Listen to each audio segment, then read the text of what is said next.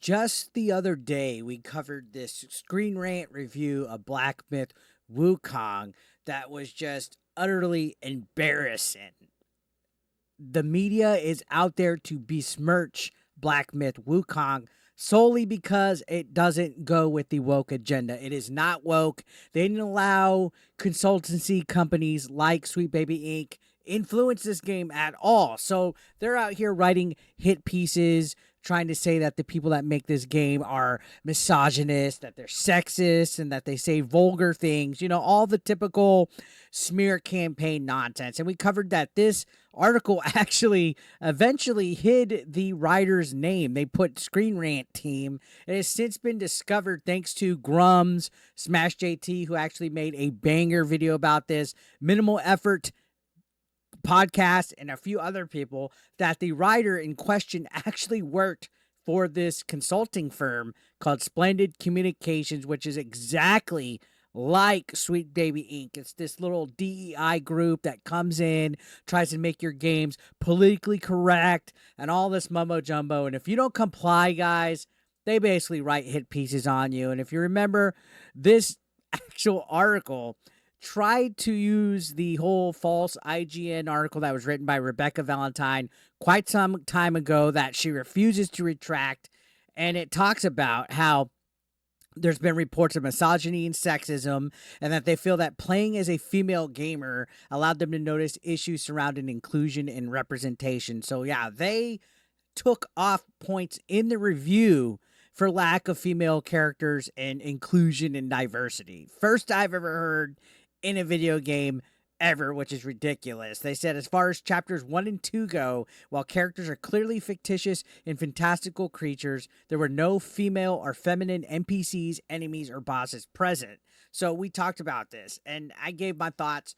These people do not like video games, guys. They hate gamers, especially straight white male gamers or men in general. They don't want video games to be fun. They want political, woke agendas and narratives, woke ideologies that promote what they want. These are all political activists cosplaying as video game journalists, which is why Screen Rant had such an epic fail. Well, it's been revealed that this is the writer that Screen Rant is protecting. Yeah, they removed her name on the article for safety reasons, which basically means the heat for the kitchen was way too hot, so she got out of it.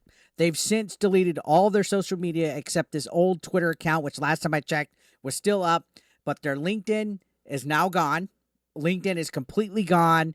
They've been exposed for who they are. They've been exposed that they are a political activist cosplaying as a senior staff writer that works for that consulting firm. So the fix is in, guys. They're out to bury Black Myth Wukong because they didn't comply. There was that whole allegations that Sweet Baby Inc. tried to extort them for $7 million.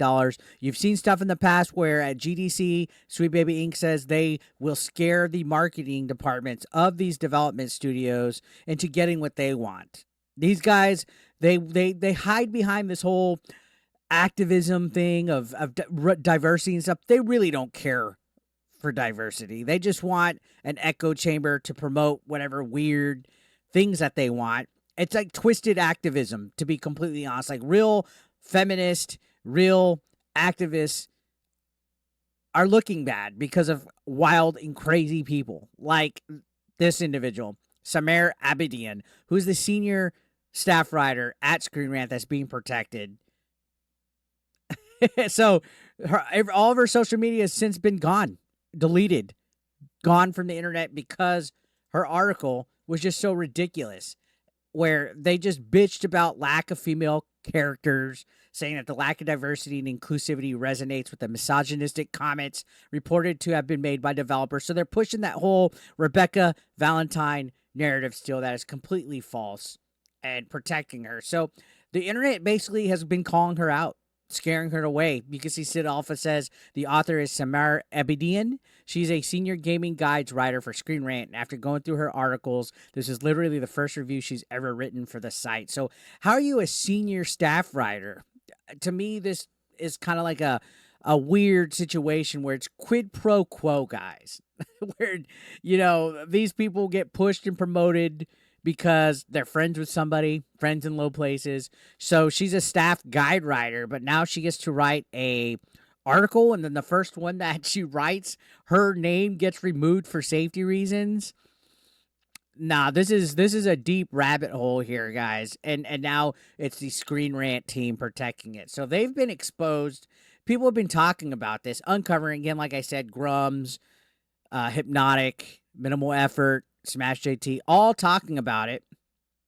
And if you go back here, it says the Screen Rant reviewer, Samar Abedian, is a self-proclaimed advocate about creativity and cultural representation. To these people, everything must have representation in order to push their agenda, including a game about a monkey, a pig, and other purely fictional and non-human characters. Exactly. This is a game based on Chinese mythology, and they're bitching about modern audience DEI inclusion diversity nonsense, guys. This modern audience never shows up. They never support anything they bitch about financially. That's why cosmetics in these games that are Pride Month themed or whatever are usually free, because the wokies will not monetarily support anything, guys. It's known fact that modern audiences do not exist.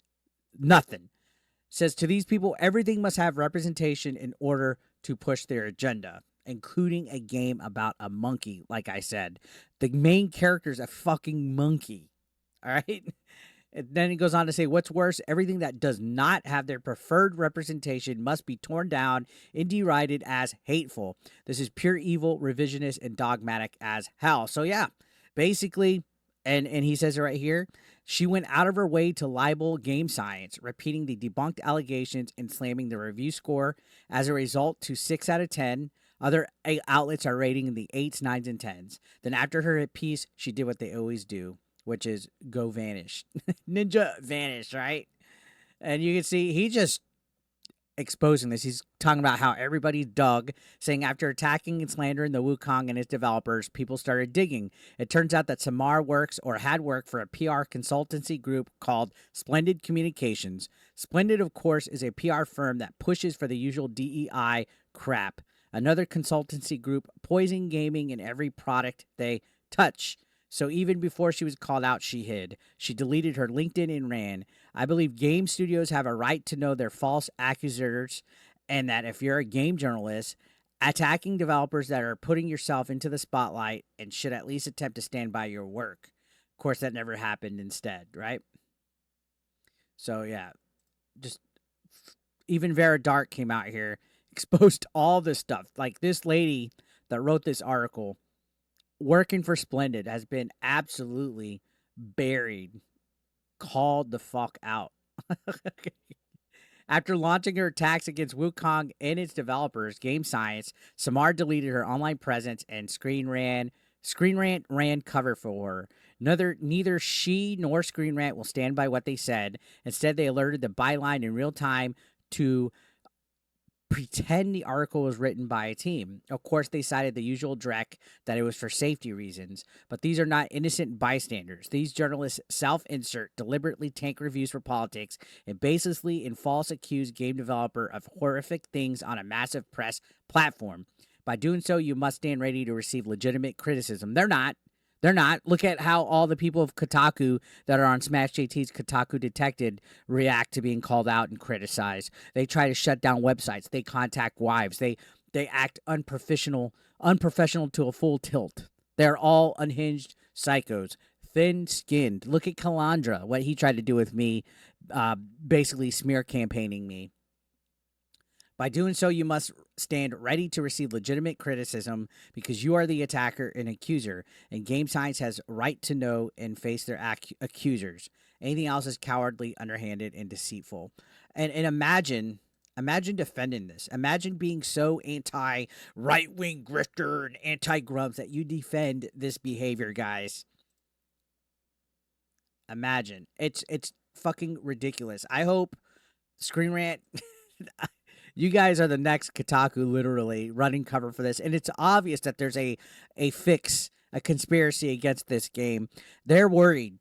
that this game is going to do well, and it doesn't have anything to do with wokeness. They can't have that, guys. We cannot have fun. We cannot have our cake and eat it too if they're not allowed to put their politics into the game. So, what do you guys think? Let me know your thoughts down below. I'll see you on the next one.